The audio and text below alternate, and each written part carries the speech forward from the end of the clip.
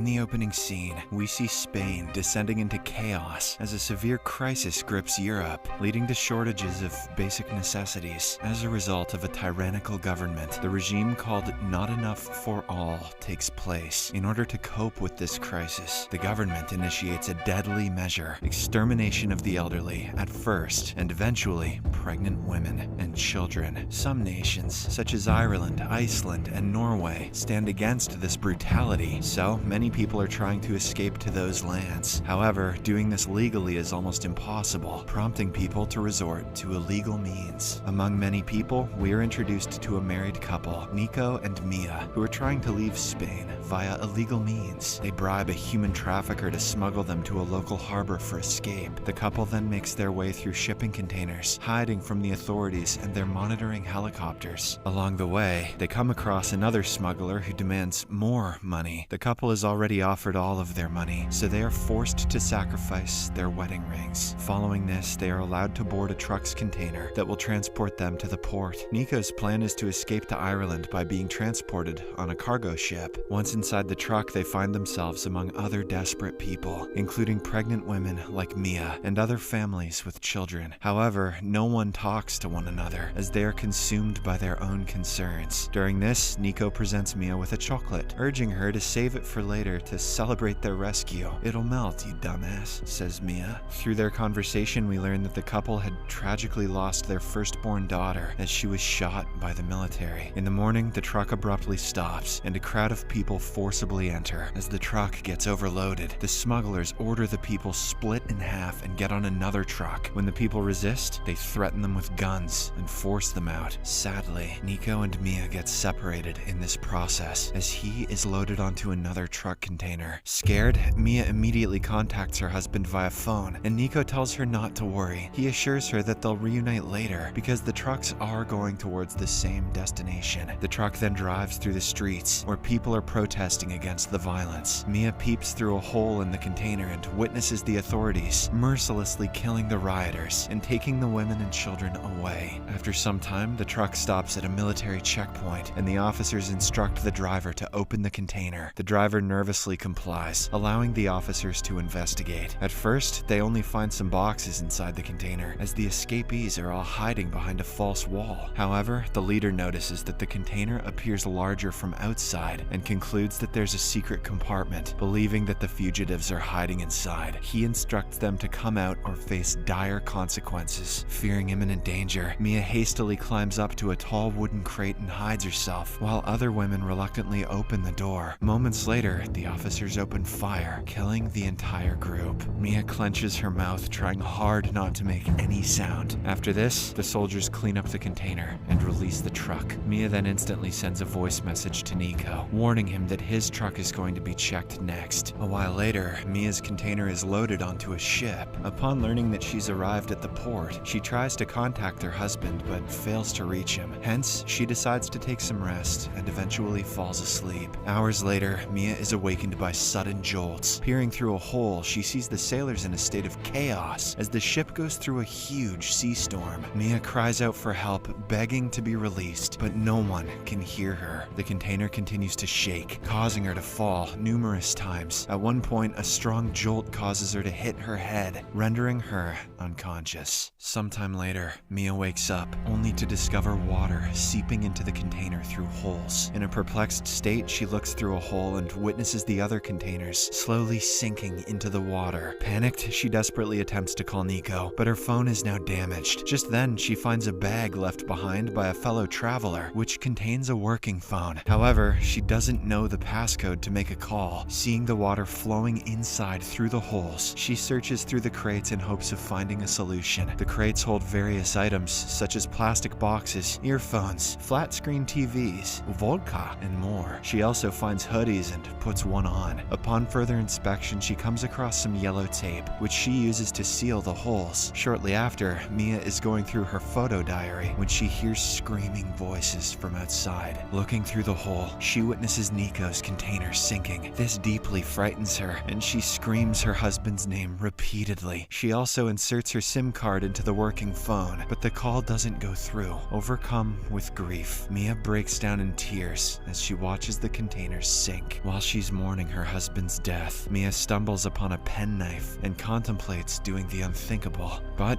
right then, she feels a kick from her unborn child, which prompts her to reconsider her decision. She then intends to live for her baby and lays down with tears in her eyes. The next morning, Mia wakes up to find the tape sealing the holes has come off and water is again flowing inside. Following this, she pushes a crate beneath another hanging one and uses her knife to release it. She opens it only to discover more plastic boxes. This initially infuriates her, but she soon realizes that the rubber of those plastic containers can be used to cover the holes. After doing so, Mia uses a pipe to throw away the water from inside. She then checks her supplies and plans to use them in an optimum way. After 2 days, Mia receives a call from an unknown number, and much to her relief, it's from Nico. He informs her that the driver has abandoned them outside the city and that it'll take some time for him to catch up with her. Mia then confides that she's stuck in the middle of the ocean, which worries him, obviously. Nevertheless, he promises that he'll come up with a plan. I mean, it sounds like you're probably fucked, honey, but I'm gonna do what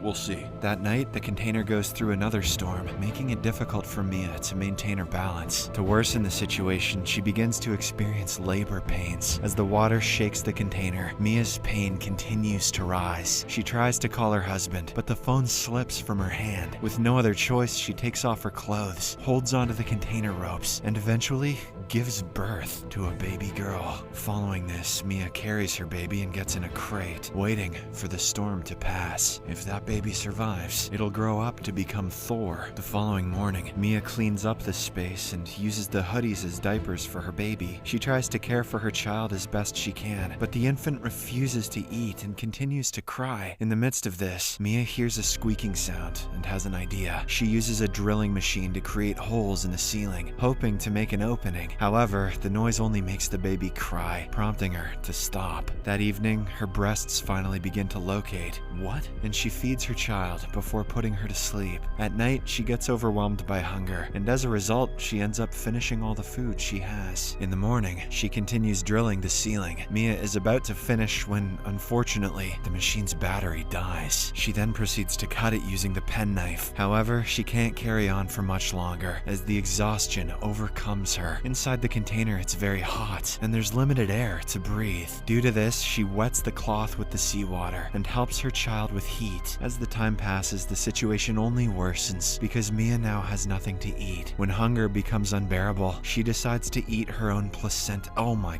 god. Which she had Okay, as night descends, Mia hears the haunting calls of whales.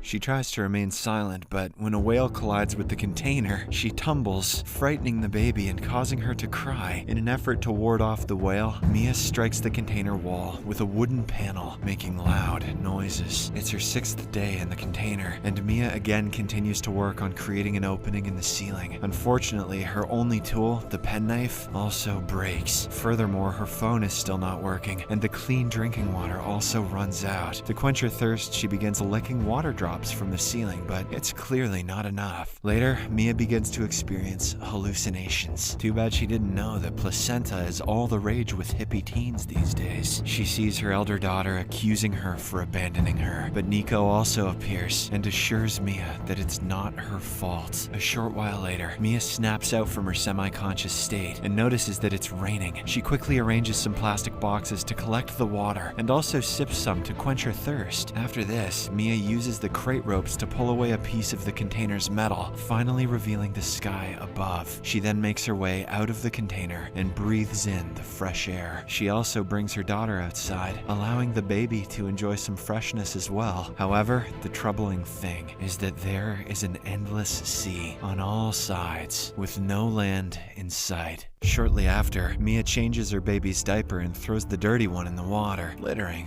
come on. This attracts some fish, which gives her hopes of obtaining food. Mia then constructs a makeshift tool and tries to catch the fish, but sadly, her efforts are in vain, as she's unable to hit any of them. After multiple attempts, she finally gives up. At that moment, she spots an airplane passing overhead. Reacting swiftly, she hurries down the container and grasps a piece of a TV screen to reflect the sunlight, but being in a hurry, she ends up injuring her leg on the sharp edge of the hatch. To make matters worse, the airplane also leaves without noticing her. In the next scene, Mia gets down on the container and uses TV wires and metal pieces to stitch up her wound. The process is so painful that she falls unconscious at times, but she somehow manages to complete it. During the nighttime, she begins weaving together the earphone wires. By morning, she successfully makes a fishing net, which she then uses to catch fish. After a long time of hunger, Mia finally enjoys the raw fish. From that day onward, she catches fish and stores them in plastic boxes for her timely meals. Apart from all this, she also writes SOS notes, keeps them in plastic boxes, and releases them into the sea, hoping that someone will see them. One night, Mia shows some family pictures to her daughter and names her Noah. After talking to the baby for a while, both of them fall asleep.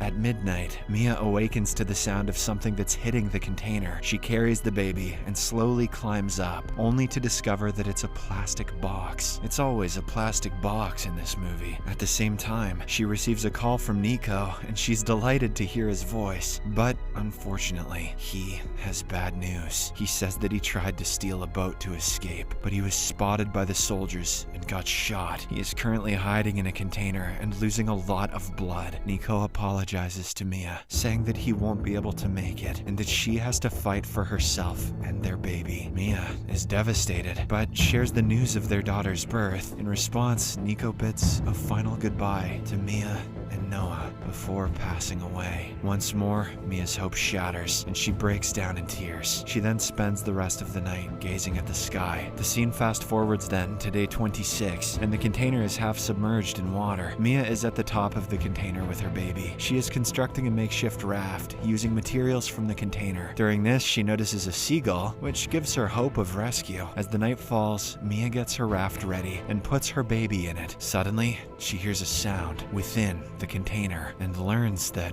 it'll sink soon. As a result, she dives down to retrieve her belongings. She notices that the chocolate given to her by her husband is floating in the corner. She then swims toward it, but unfortunately, her leg gets tangled in some ropes. The container starts sinking as Mia struggles to free herself, but at the last moment, she manages to cut the rope and swims up. As Mia resurfaces, she panics when she doesn't see her baby. Just then, a whale passes by and expels some water on the baby, prompting her to cry. That's one way to find a baby. Mia hears the crying voice and swims towards Noah. The next morning, Mia, who is completely exhausted, throws the fish she had captured, hoping to attract some birds. In this weakened state, she talks to Noah, claiming that she did everything she could. At the same time, a fishing boat is casting nets in the area. A fisherman and his family notices a seagull surrounding something. The family sails closer, only to discover the raft with the child. They quickly pull the raft up, and right then, notice a rope attached to it. They pull on it until Mia's body comes out. The rescue group then brings her aboard the boat and immediately begins performing CPR. Initially, Mia doesn't react, but the continuous chest compressions bring her back to life. Upon regaining consciousness, her first concern is for her baby, whom the fisherman's wife gently hands to her. It takes some time for Mia to realize that she's safe, and she tears well up as she sees that they're approaching the shores